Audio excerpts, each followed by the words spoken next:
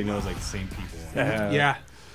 Music Buzz Live Radio. We are live in studio. We've got a pseudo celeb. Maybe is that a good word? I'd say definitely local celebrity. Yeah, local doubt, celebrity dude. for sure. Without a doubt. Nationwide, if you haven't caught them, then definitely you need to, and I don't know what the hell you've been thinking. Well, we've got Jeep from The Samples and The Plates currently in studio with us. How you doing, man? Doing great. Thanks for having me. It's of course, and we were plugged into you through our good friend Chuck over here from the Humbuckers.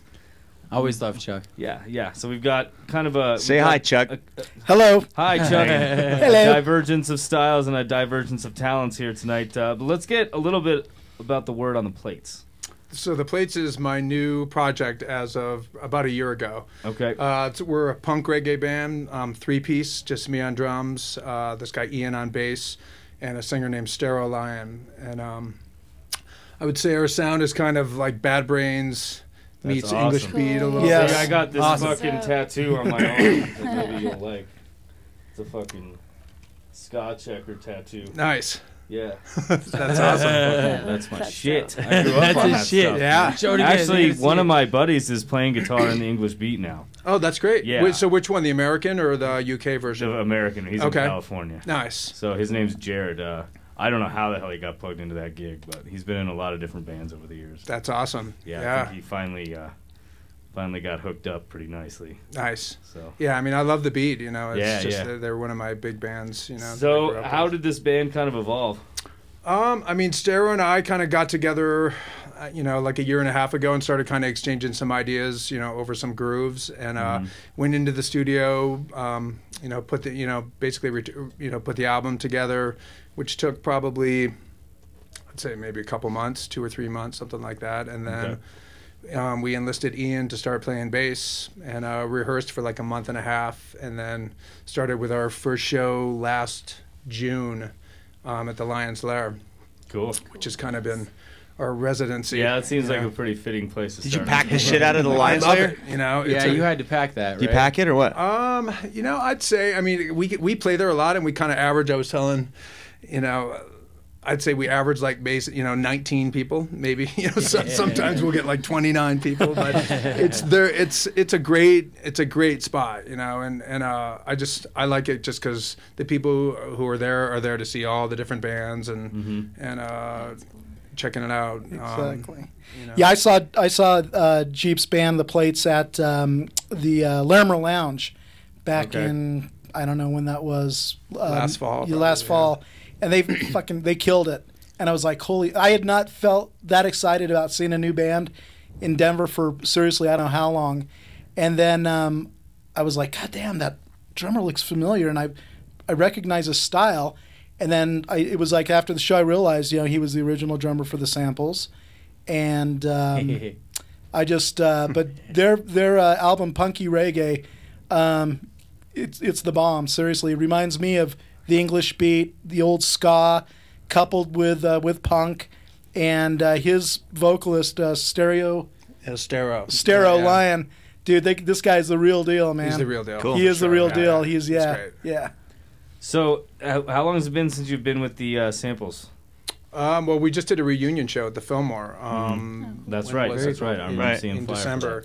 So, I mean, I left the band in '97. That's kind of when the original bands sort of split up. And we did a reunion show like at, I guess, 4 or 5 years ago at Mile High Music Fest. But then the Fillmore show, this was like the 25th anniversary of our first album, that Blue album that we put out. Right. So, Yeah. That was when you were touring massively in the 90s. In the 90s, yeah. I mean, for 10 straight years, we were on the road like 9 months a year. So, it was a long haul. Do you miss that? I don't miss that at all. No. Yeah. I mean, I loved it. You know, in my 20s, it was great, and I was doing exactly what I wanted to do. But you know, at the tail end of it, like creatively, I was kind of ready to do different stuff. You know, I love the band. Like I'm still great friends with them, but I was kind of sort of the last couple of years of being in the Samples. like Pantera was like my absolute favorite band at that time, and I'd be up on stage like playing, you know, samples tunes, but in my head I'd be like, you know, playing Pantera grooves. Metal. And I just kind of wanted to start playing different styles of music, you know, heavier music, and but I mean, it was a great time, you know, no complaints. I think that's one of the what I remember as one of the first times that a band. You know, in that area, that say 2-3 years, started actually representing Colorado. I mean, I remember the first time I saw you guys' sticker that just looked like the license plate in a way, and I was like, dude, I got to see who the hell that is, dude. You know, and I remember seeing those stickers where I've been around the United States, and I've seen if you go to the right places, you can always catch that sample sticker. It's usually the towns where the coolest people live. Right. You know? And you're right about that. I mean, back in the day, it was Big Head Todd and the Monsters. Right. It was the Samples. I mean, they represented. They're like the the One Republic and the Fray of today. Was Jeep's original band. This was years before the Fray even thought of. You know what I mean? And you guys were. I mean, obviously at that point, I know music-wise, you never really heard of Denver too much. I mean, you got John Denver, you know what I mean? You know what I mean? Yeah. But then to be able to catch you guys on, you know, college rock and whatnot back in the day, I always just had a huge heart for the Samples and for Big Head Tart for you know, coming from Colorado and actually starting to put it on the map. And now look at where, did you ever imagine back in the day? Because I'm sure when you would go to bars back in the day, you'd be like, I'm a Colorado band, you know? Yeah, I mean, we never really had a game plan, you know, when we were playing our shows. It was just kind of one show after the other, you know, one tour after the other, and things kind of just gradually snowballed. But never did we imagine doing the things that we did or touring with the acts that we did. It was just it was a real gradual uphill climb, and I think that's what made it really enjoyable. You know, it wasn't like instantly here, you know. Was there anybody that you guys toured with back in the day that you became really good friends with, or that you're still, you know, you still chat it up with on the phone every 5 years or something? I would say, I mean, not really. I mean, well, Dave Matthews. I mean, we were really close to Dave Matthews. Okay. Dave Matthews, when they started as our opening band, basically, and when we played Red Rocks, we would have them fly out and open up for us. And we did like our first swing with a band. Sorry, geez, this is horrendous. You're good. I give my kids shit about this all the time. No, I'm doing it. They, you know, we were really close. A nice flip phone, by the way. Yeah, you know, I can't make the transition because that's the way I can be like, this conversation is over. But we were really good friends, you know, with those guys, and real camaraderie and huge respect for that band. So I would say they sort of stuck out. Kind of kept in contact with a lot of reggae bands that we played with. And we did a summer tour with Sting, and we were managed by the same management company. Cool. So it was pretty cool hanging with that band and like meeting those guys and stuff. So were you on the tour when Dave Matthews' bus was busted dumping a bunch of human shit onto those rafters in the river underneath them? No, I wasn't. No.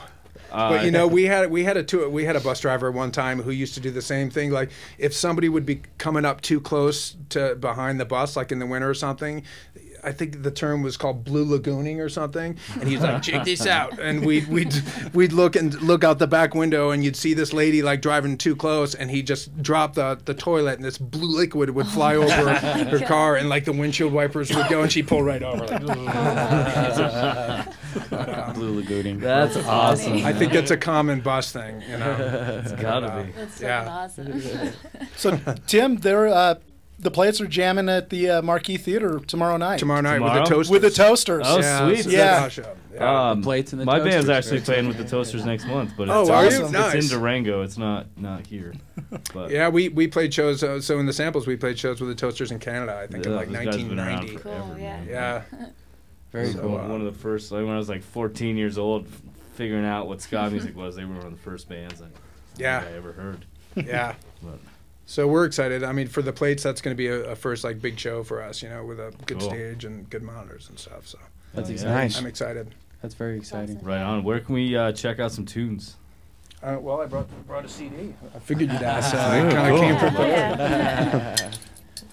It's got to come prepared. What Should about? should we hack it or axe it? Yeah, we should do it later. You should. There you go. Put it to the test. Yeah. Super cool, man. How about online? Can we find you guys there anywhere? Yeah, you can go to theplatesmusic.com and you can play anything off that. It's free, but you can play like the there's a little jukebox there that you can listen to it. You can download it for free, or you can purchase it. You know, if you want to support the band, Sweet. which is always a That's great cool. idea. All right. Yeah. Any? Nobody That's ever what it does. was. Yeah, Looks like that. There it is, right there. yeah. There we go. Tomorrow Cool. night, we should come out of this playing one of those songs, Chris. Tomorrow night at the Marquee. Anything else after that you guys got on the books? We got a Lions Lair show booked in April, and that's Cool. about it. We're gonna start working on some new tunes Okay. because this album's been out for a year or so.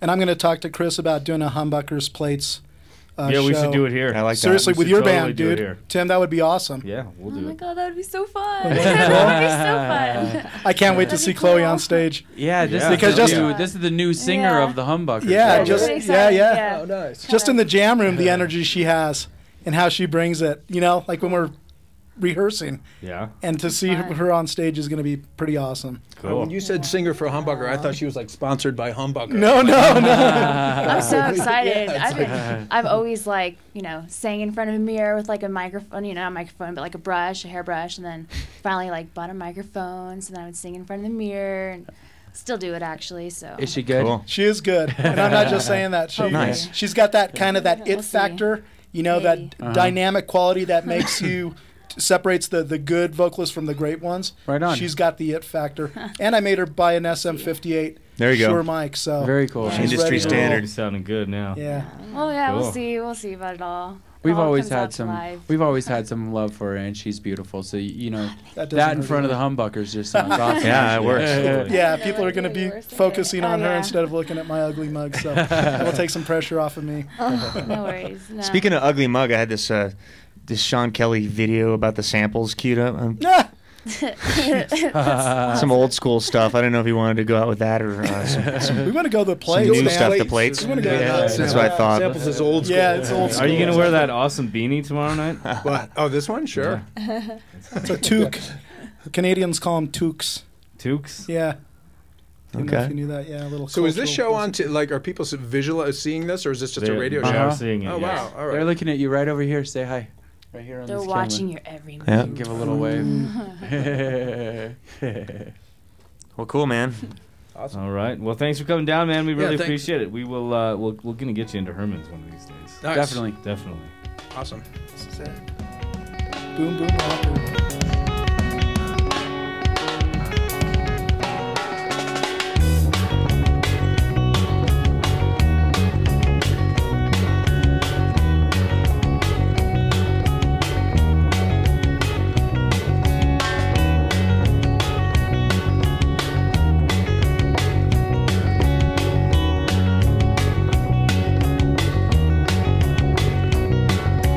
Boom boom, give me the rockers.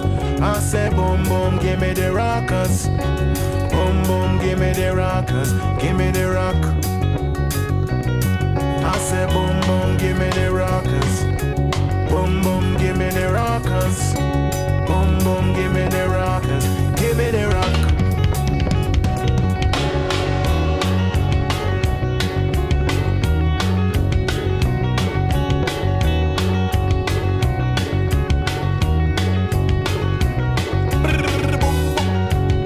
Give me the rock.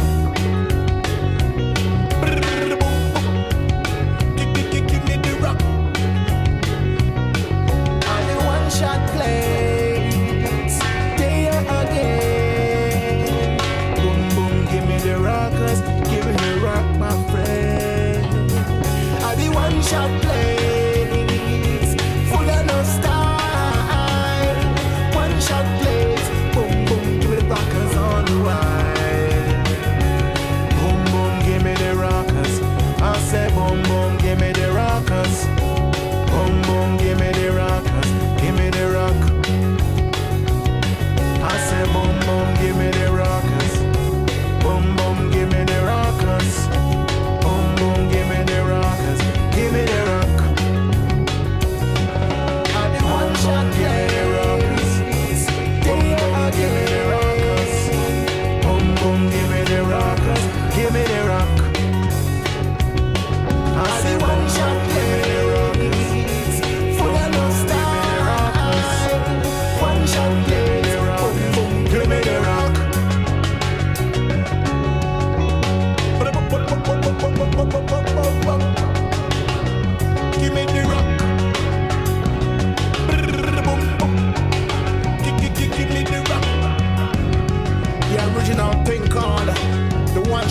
beats, flip up, pick up, stick up, car, oh. You don't know, say how we name what we name.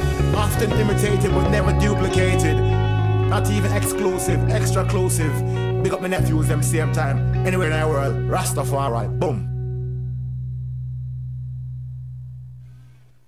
Herman's Hideaway on the corner of Iowa and Broadway. Your favorite independent anti-corporate venue featuring Westward's best patio. Now serving award-winning food. From metal to jazz to hip-hop, Herman's Hideaway has something for everyone.